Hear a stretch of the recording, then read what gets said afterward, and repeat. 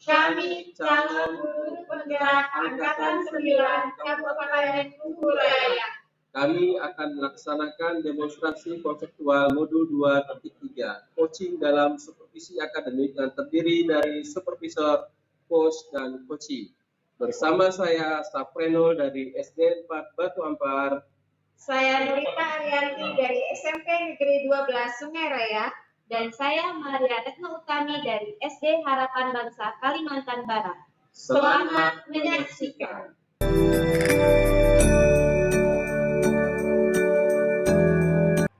Selamat sore Pak Safreno. Sore Bu Nurita. Gimana kabarnya Pak hari ini? Alhamdulillah sehat baik. Oke, baik. Pada kesempatan kali ini kita akan bincang-bincang sedikit ya Pak ya. Iya, Bu. Terkait nanti Bapak akan melaksanakan coaching ya, betul ya? Oke, nah hari ini saya sebagai observer nanti ketika Bapak melaksanakan coaching, jadi saya akan menyampaikan beberapa hal dulu nih Pak sebelum pelaksanaan itu ya. Yang pertama yaitu saya nanti akan mengamati proses coaching, kemudian dalam mengamati tersebut saya akan menggunakan rubrik penilaian. Nah, rubrik penilaian itu diantaranya nanti saya akan melihat proses coachingnya Pak Safrenol bersama si coachee, apakah sesuai dengan alur Tirta, kemudian apakah pertanyaan-pertanyaan yang ditanyakan kepada si coachee itu merupakan pertanyaan berbobot. Kemudian yang satu lagi bagaimana si coachee tersebut bisa menanggapi pertanyaan dari Pak Safrenol itu ya Pak ya? Iya Bu. Nah, nanti juga saya akan melihat apakah prinsip-prinsip coaching itu muncul pada saat proses coaching. Seperti misalnya ada proses kemitraan, proses kreatif, kemudian memaksimalkan potensi coaching, ya Pak ya? Nah, sebelum itu saya ada beberapa pertanyaan nih untuk Bapak. Ya, Bu. Kira-kira nih di saat proses coaching nanti apa sih kompetensi yang ingin Bapak kembangkan? Yang pertama kompetensi yang saya kembangkan adalah ketika saat pelaksanaan coaching saya akan menerapkan alur Tirta. Alur Tirta ya. Kemudian berusaha aktif mendengarkan dan hadir penuh. Kemudian juga menanyakan dengan menggunakan pertanyaan-pertanyaan yang berbobot dan memberdayakan coaching. Oke, baik. Jadi semua proses coaching akan Bapak kembangkan ya, betul ya Pak ya? Iya, benar. Iya. Kemudian nih, secara spesifik kompetensi mana nih yang ingin Bapak tingkatkan atau ingin yang Bapak dalami lebih dalam lagi? Pertama, hadir penuh. Kemudian memberikan pertanyaan-pertanyaan yang berbobot. Hadir penuh dan membuat pertanyaan yang berbobot ya Pak ya? Nah, selanjutnya nanti bagian kompetensi mana yang Bapak ingin diobservasi lebih spesifik lagi, Pak? Pertama, bagaimana si coachee bisa menemukan solusi sendiri, kemudian bisa menggali potensi-potensi yang dimiliki oleh si coachee. Oke, jadi menemukan solusi dan dapat menggali potensi si coachee ini ya Pak ya? Pertanyaan selanjutnya nih Pak, indikator ketercapaian terkait tujuan pengembangan yang Bapak inginkan. Apa nih Pak? Indikator ketercapaian itu sendiri bagaimana?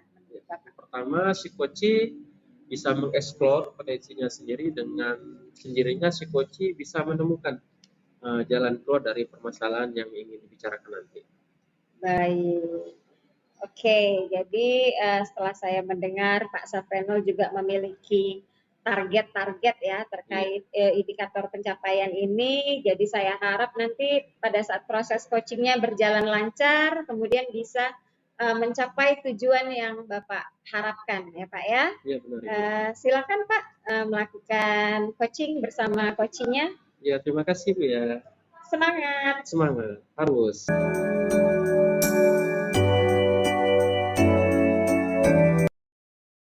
Halo, selamat sore Bu Maria. Selamat sore Pak Safreno. Gimana kabarnya Bu? Baik. Baik. Ya. Kemarin Bu Maria ada ngechat. Nah gimana nih Bu? Iya, Apa yang ingin dibicarakan? iya Pak Safreno, kemarin saya coba hubungi Bapak ya lewat WhatsApp. Iya benar. Saya ingin apa namanya diskusi lah, ngobrol gitu Pak. Iya benar. Jadi saya ada satu bahasan untuk didiskusikan dengan Pak Safreno. Jadi di sekolah saya ini ada ya guru atau beberapa guru lah itu tuh mereka masih menggunakan metode yang teacher center. Jadi Berpusat kepada guru pembelajaran. iya benar Pak. Jadi kurang kreatif seperti itu.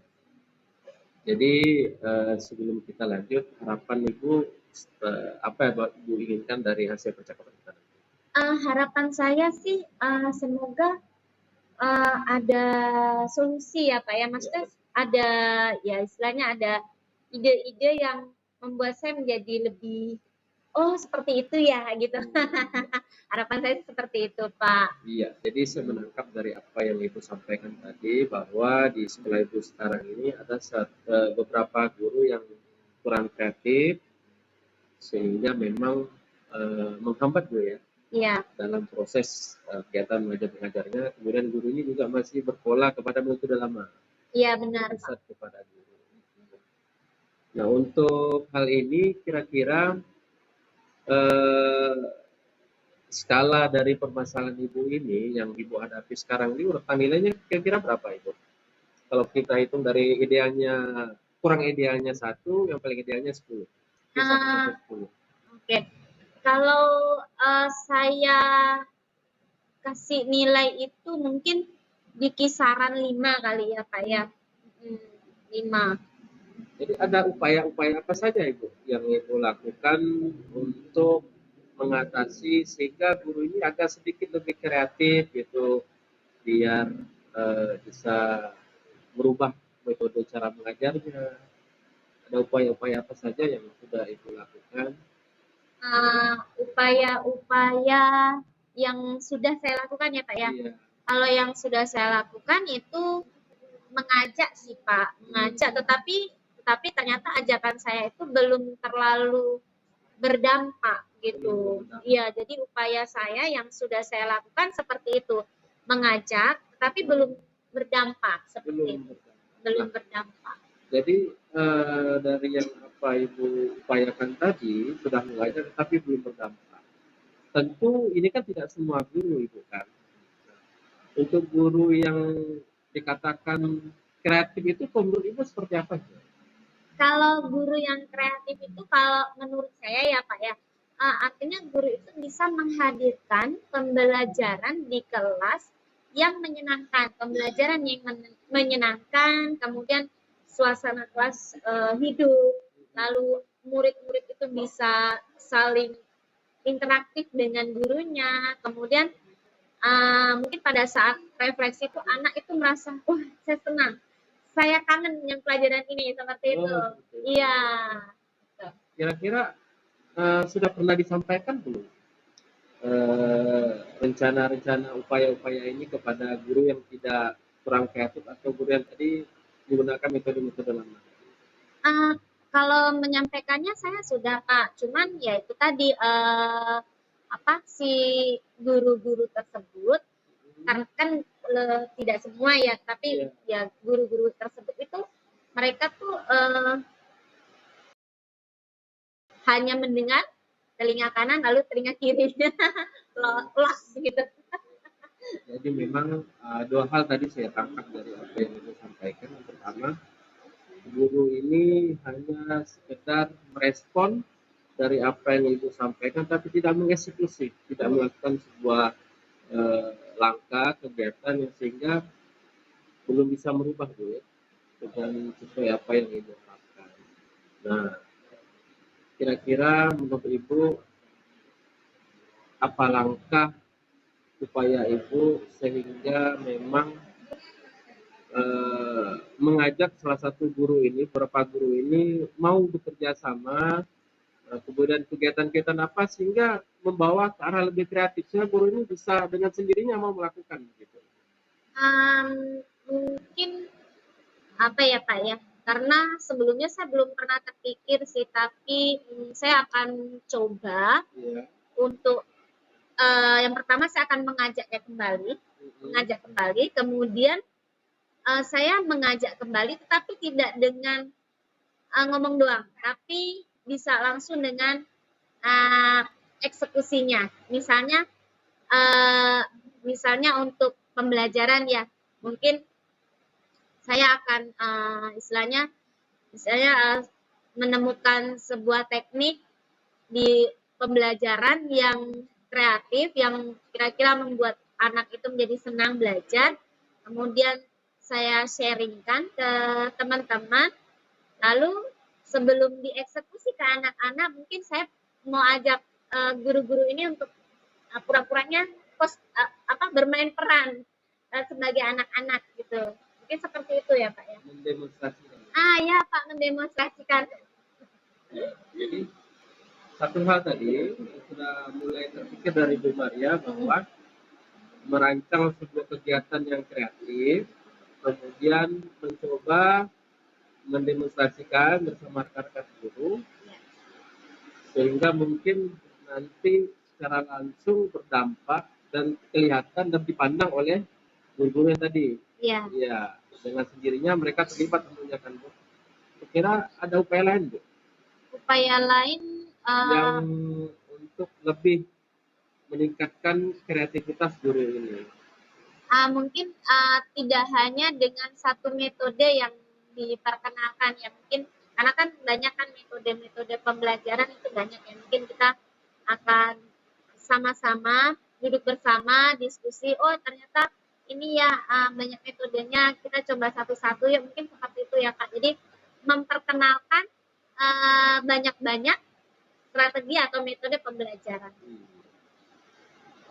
Jadi saya coba merangkum dari beberapa gagasan Ibu sampaikan tadi, ada 2 poin penting yang saya rangkum. Saya dapatkan yang pertama, Ibu mengajak rekan guru untuk bersama-sama mendemonstrasikan teknik-teknik, metode-metode terbaru sehingga guru-guru ini merasa terlibat dan mau melakukannya. Yang kedua, menggunakan metode-metode ini lebih bervariatif, lebih banyak, sehingga dengan sendirinya guru akan merasakan itu penting dalam kegiatan belajar mengajarnya nanti. Kira-kira kapan nih Ibu Maria akan memulai rencana itu? Mungkin dalam minggu ini ya Pak ya, jadi sebelum kita libur akhir semester, mungkin saya akan coba ajak mereka. Nanti sedang asesmen Bu ya? Iya. Kira-kira kalau secepat ini, dalam waktu dekat ini Ibu sudah bisa melakukan, siapa-siapa nih rencana Ibu libatkan dalam perencanaan Ibu? Yang akan saya libatkan tentunya kepala sekolah dan wakil kepala sekolah, juga guru-guru. Berarti Ibu akan melibatkan kepala sekolah, dewan guru, sehingga apa yang Ibu rencanakan ini bisa terlaksana dengan baik dan maksimal. Ya. Jadi gimana perasaan Ibu setelah ngobrol-ngobrol kita di sore hari ini? Apakah sudah ada gambaran atau bagaimana menurut Bu Maria? Iya Pak, tadinya saya merasa buntu ya, maksudnya saya gimana sih gitu. Jadi setelah ngobrol dengan Pak Salpreno, saya tiba-tiba langsung terbuka.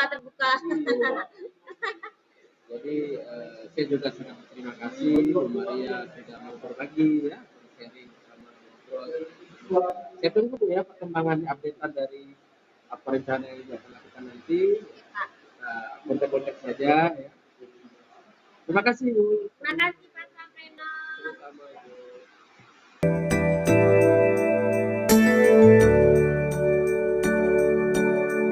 Oke, baik Pak Safreno tadi sudah melakukan kegiatan coaching ya bersama coachingnya. Iya, benar.